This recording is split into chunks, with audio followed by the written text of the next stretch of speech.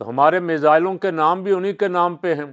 تو اس نے کہا یہ مجھے یہ نہ بتاؤ بس یہ 10-12 سال پہلے 2012 میں رکھے گئے، بس ایسے ہی رکھے گئے۔ تو میں اپنا فرض منصبی سمجھتے ہوئے اس بے ایمان کی پرزور مذمت کرتا ہوں، اور اسٹیبلشمنٹ سے اور حکومت وقت سے مطالبہ کرتا ہوں کہ اسے وزارت دفاع سے فارغ کرو، اسے قومی اسمبلی سے فارغ کرو، یہ تو پہلے ہی فارغ ہے ویسے ہی، اور اس کے خلاف غداری کا کیس بناؤ۔ یہ محمود غزنوی کے حق میں بولنا تو درکنار، یہ اسے ڈاکو کہہ رہا ہے، مودی خوش ہو رہا ہے، مودی کی اولاد خوش ہو رہی ہے، اور یہ انہیں خوش کرنا چاہتا ہے۔ گزشتہ دنوں خبر ملی کہ یہ تلاش کرتے پھر رہے ہیں کہ کس ملک میں ہمیں بھاگنا ہے۔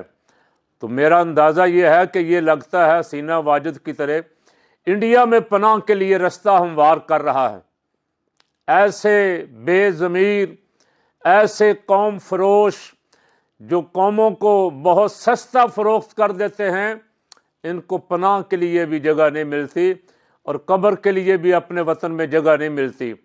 ابھی وقت ہے خواجہ آصف، اللہ اگر تمہیں ہدایت والا رستہ عطا فرما دے، ویسے وہ ظالموں کو ہدایت عطا فرماتا نہیں، لا یہدی القوم الظالمین۔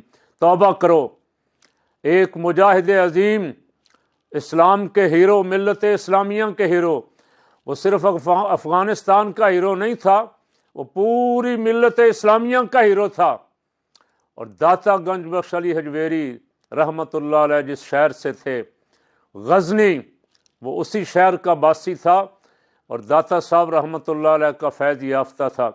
اللہ ہمارے ان نام نہاد، جعلی، جھوٹے، کرپٹ، بے ایمان، قوم فروخت کرنے والے سیاستدانوں کو ہدایت نصیب فرما دے۔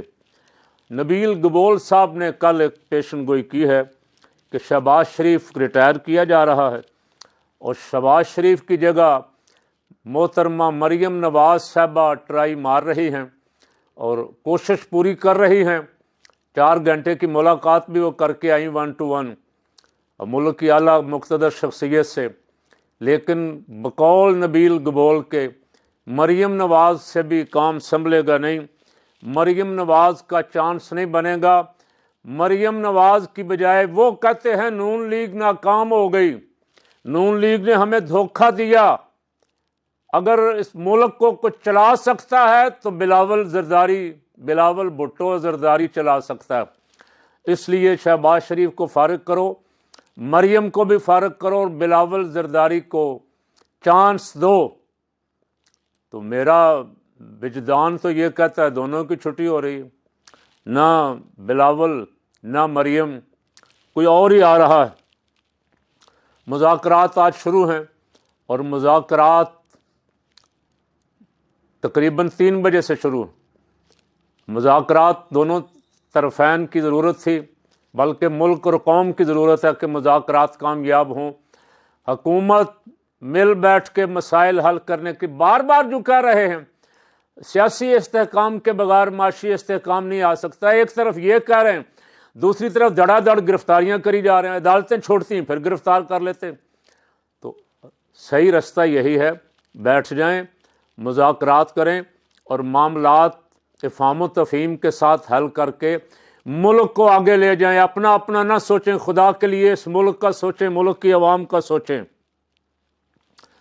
اور ایک اچھی بات یہ ہوئی کہ آج ملٹری کورٹ سے سزائیں جن کو دی گئی تھیں، ان میں سے 19 قیدیوں کو رہا کرنے کا فیصلہ کیا گیا۔